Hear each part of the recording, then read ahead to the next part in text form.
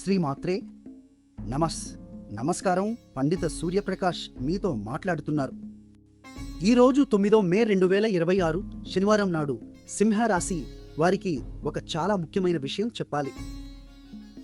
మీ జాతక చక్రంలో 8వ భావం అంటే జీవితంలో అనుకోని మార్పులను మరియు దాగి ఉన్న రహస్యాలను సూచించే స్థానంలో కుజుడు అంటే అంగారక గ్రహం మరియు శని గ్రహం కలిసి మీన రాశిలో ఉన్నారు. ఈ శక్తివంతమైన కలయికను శాస్త్రంలో యమయోగం అంటారు. ఇది కఠినమైన పరీక్షలు తీసుకువచ్చే అరుదైన కలయిక. ఏప్రిల్ నుండి ఈ యోగం కొనసాగుతోంది. కానీ శుభవార్త ఏమిటంటే ఇంకా కేవలం 2 రోజులే మిగిలాయి. 11 మే నాడు కుజుడు మీన రాశి విడిచి మేష రాశిలోకి ప్రవేశిస్తాడు.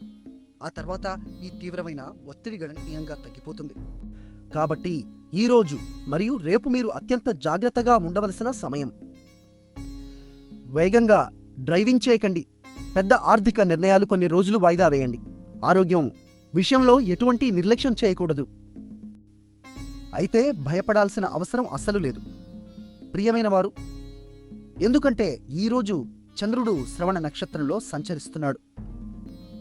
శ్రవణం అంటే వినడం అనే అర్థం కలిగిన ఈ నక్షత్రం జ్ఞానాన్ని గ్రహించే శక్తిని ఇస్తుంది.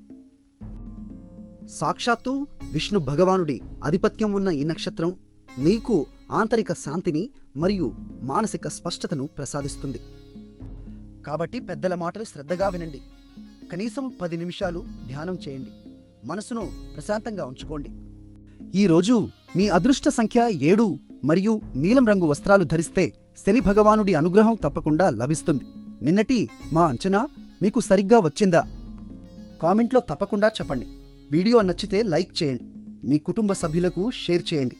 మా ఛానల్ను సబ్స్క్రైబ్ చేయడం మరచిపోకండి.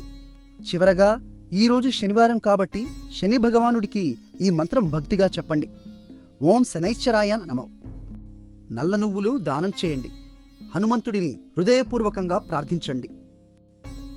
ధైర్యంగా ఉండండి. ఈ 2 రోజులు సహనంతో దాటితే అద్భుతమైన శుభ ఫలితాలు మీకోసం ఎదురు చూస్తున్నాయి.